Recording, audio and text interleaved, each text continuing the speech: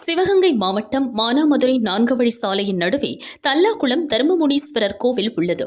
கேட்ட வரம் தரும் முனீஸ்வரர் சுவாமிக்கு வருஷாபிஷேக விழா மற்றும் பரிகார பூஜை வெகு சிறப்பாக நடைபெற்றது. இங்குள்ள ஆலமரத்தடியில் சூலம் வடிவில் சுவாமி பக்தர்களுக்கு காட்சியளித்து வருகிறார். கடந்த 8 வருடங்களுக்கு முன்பு இங்கு 4 வழிச்சாலை அமைக்க அதிகாரிகள் முயன்றனர். ஆனால் கோவிலையும் ஆலமரத்தையும் அகற்ற முடியாதபடி தர்மமுனீஸ்வரர் சக்தியினால் ஏராளமான இடையூறுகள் ஏற்பட்டன. அதிகாரிகளின் அனைத்து முயற்சியும் தோல்வியில் முடிந்தன. அதைத் தொடர்ந்து கோவிலையும் மரத்தையும் அகற்ற முடியாமல் 4 வழி சாலையை அதிகாரிகள் அப்படியே விட்டுவிட்டு ரோட்டின் இருபுறங்களிலும் 4 வழிச்சாலை அமைத்தனர். தற்போது கோவில் மரத்தை தவிர்த்து போக்குவரத்து நடைபெற்று வருகிறது. இங்கிருந்த 200 ஆண்டுகள் பழமையான ஆலமரம் கடந்த வாரம் முதிர்ச்சியின் காரணமாக 2ஆக பிளந்து சாய்ந்தது. தொடர்ந்து இன்று அதற்கான பரிகார பூஜையும் வருஷாபிஷேக விழாவும் வெகு விமரிசையாக நடைபெற்றது. இதற்காக அதிகாலை சுவாமிக்கு 18 வகையான பொருட்களால் திருமஞ்சனம் நடத்தப்பட்டு ஹோமங்கள் வளர்க்கப்பட்டன. புனித நீர் அடங்கிய கடங்களை சிவாச்சாரியார்கள் ஊர்வலமாக கொண்டு வந்து அபிஷேகம் செய்தனர். சாய்ந்த ஆலமரத்திற்கு பதிலாக அங்கேயே புதிதாக ஆலமர கன்று நடுவதற்காக சிறப்பு பூஜைகள் நடைபெற்றன. அப்போது அங்கு கூடியிருந்த பக்தர்களுக்கு அருள் வந்து ஆலமர கன்றுகளை ஊன்றுங்களா என அருள்வாக்கு கூறியதைத் தொடர்ந்து கன்றுகள் ஊன்றப்பட்டு சிறப்பு பூஜைகள் நடைபெற்றன. சுவாமிக்கு அபிஷேக ஆராதனைகள், சிறப்பு பூஜைகள் செய்யப்பட்டன. அன்னதானம் வழங்கப்பட்டது. விழாவில் மானாமதுரை சுற்றுவட்டார பகுதிகளைச் சேர்ந்த ஆயிரக்கணக்கான பக்தர்கள் கலந்து கொண்டனர். ஏற்பாடுகளை பக்தர்கள் மற்றும் நிர்வாக கமிட்டியினர் செய்தனர்.